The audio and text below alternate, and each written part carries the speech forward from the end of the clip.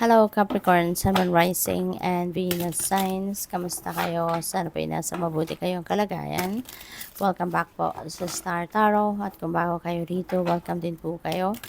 Please subscribe, like, share my videos, and leave me a comment po kung naka-resonate kayo. Thank you. So, tignan natin kung anong mga mensahe para sa'yo.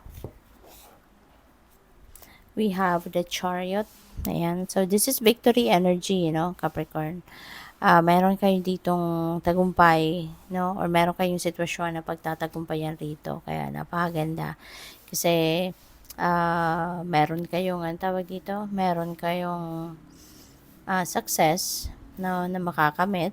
And, yung success na to is going to open up more doors, no, para sa mas marami pang opportunity sa inyo. So, yun ang napipick up ko dyan, no, Capricorn. And maaari din na may travel, no, dito. O pwedeng may travel, o pwedeng yung plano ninyong itong travel could be related to, could be related to a new endeavor, no. Siguro meron kayong bagong gagawin, meron kayong bagong plano, kung saan kayo pupunta, no? Yung ganon. Kaya, mag-iingat kayo and of course, good luck. So, what else? We have Nine of Wands. Ayan. So, parang ano kayo parang napapagod na kayo rito, Capricorn, no? Pero since we have tagumpay dito, so huwag kayong mag-alala, okay? Kung napapagod kayo, tama ito na tumayo muna kayo, pahinga muna kayo, 'di ba? Replenish the lost energy muna. At when you are ready to get back to kung ano man ang gagawin ninyo, then do it, 'di ba? Do so. Kasi pwede na ano ito pwede na baka nagsasawa lang kayo, no? Pero pag binalik niyo yung sarili niyo doon sa sitwasyon na kung talagang ito ay yung gusto ninyong gawin, kung talaga itong yung gusto ninyong, ano man ang goal ninyo rito, kung yun talaga ang gusto ninyo, then pagsikapan ninyo, diba? Huwag ninyong sukuan, okay? Kasi normal naman yon sa buhay natin na wala namang smooth journey, na walang perfect na journey sa buhay. Lagi, no, dadating at dadating tayo sa punto na meron tayong lubak na dadaanan. And that's normal. That's part of our that is part of our soul's journey. No, walang perfectong daanan. Okay, lagi at lagi meron obstacle, no? Laging merong dadating na problema. Kasi that's how it is. That's how we learn, 'di ba?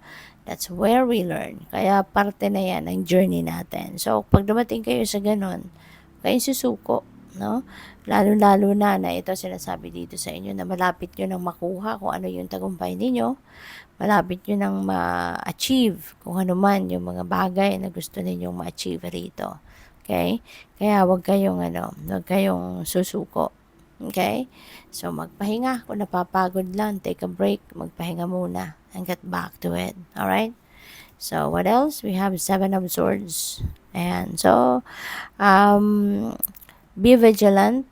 Okay? Kailangan din nyo na maging mapagmatsyag. Mag-observe. Okay?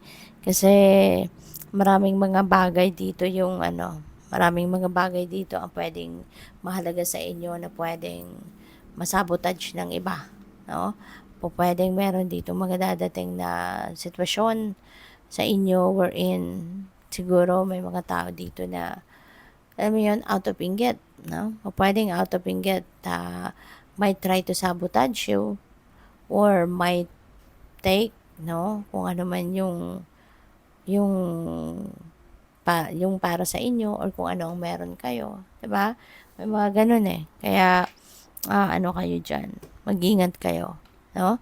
Do not do not share important information or do not share important things, no, with other people na basta-basta.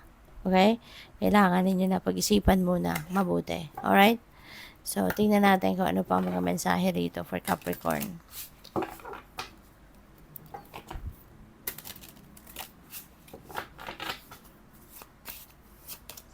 We have happiness. Immense delight can be found in the smallest of things.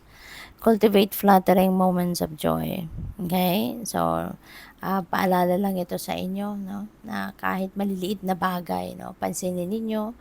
Learn to appreciate, no? Everything, even small things, no? Kasi, sadyang ganun, 'di ba? Ang buhay, hindi lang malalaking bagay, hindi lang mga bonggang bagay ang dapat nating ina-appreciate. But even the small things can bring us delight. Even small things can bring us happiness as well. So that is a reminder para sa iyo. Okay? So we have union. You have seen allies and unseen allies. Draw upon their strength. Join forces with friends and flourish. Ayan. So yung union na to, hindi lang ito yung um, union ninyo with the divine and the rest of your spirit team, but also with people. So baka meron dito kayong mga nakakasama, meron kayong mga kasosyo, meron kayong mga kaibigan, na are able to help, your situation, na are able to um, support you and help you in any way. Okay? So what else? We have flexibility. Ayan, gently flow through the turbulence. Life has the ability to shape you. Bend, do not break. Okay? So, pagdating sa kunyari, mga problema, or pagdating sa mga imperfections, no, sa buhay, kailangan na maging maging flexible, maging adaptable, kasi learn to adjust, 'di ba? Lalo-lalo na pagdating sa panahon na kunyari nagkakaproblema, 'di ba? Huwag kayong babali, no? Huwag kayong susuko, yung gano'n. Kasi parte yan ng buhay. Yung problema, parte yan ng buhay, no? At hindi yan dapat sinusukuan, kundi nilalabanan, 'di ba? Hinahanapan ng solusyon, hinahanapan ng way out. Okay? So, you need to learn to be adaptable and flexible. Okay? Kasi, ang lagi lang dapat na inaalala ninyo is wala namang problema na walang solusyon. Diba? Kaya, tiyaga-tiyaga lang. Diba? At pag-isipan, kung may problema dumadating, wag na ninyong tambayan ang problema. Kapag alam na ninyo kung anong problema, hanapan nyo na ng solusyon. Ang isipin nyo na, paano ninyo masusolusyonan ang problema. Diba? Sa view from above, get the big picture. When you are making a decision, lalo-lalo na, gamitin ninyo yung inyong eagle eye para makita ninyo yung all four corners of your situation. Para yung decision ninyo would be right, no? At hindi ninyo pagsisisihan. Diba? At hindi nyo na kailangan na balikan pa. Diba? At titignan ninyo muli. Kasi baka mayroong mga bagay na kailangan ninyong i-reconsider. Pero if you have seen the big picture, so for sure, 'di ba? Makakapag-diskarte agad kayo ng kung ano ang tama. So we have great adventure, take a risk and venture forward. Ayan. So you need to take risk. Okay, Capricorn. Meron dito mga bagay na kailangan kayong gawin na kailangan ninyo na mag-take risk. Hindi, alam mo yun, yung parang hindi lang kayo dito na magsisettle sa kung ano yung nakasanayan nyo na, kung ano lang yung komportable kayo, but you can also go for for an adventure, diba? Pwede ninyong subukan dito yung ibang bagay na kailangan ninyong subukan, no? Na kahit hindi kayo sanay. So, choosing your path, all is possible. Okay? Kahit posible yan. Ang maganda rito, no? So, pasensya na nabubulol.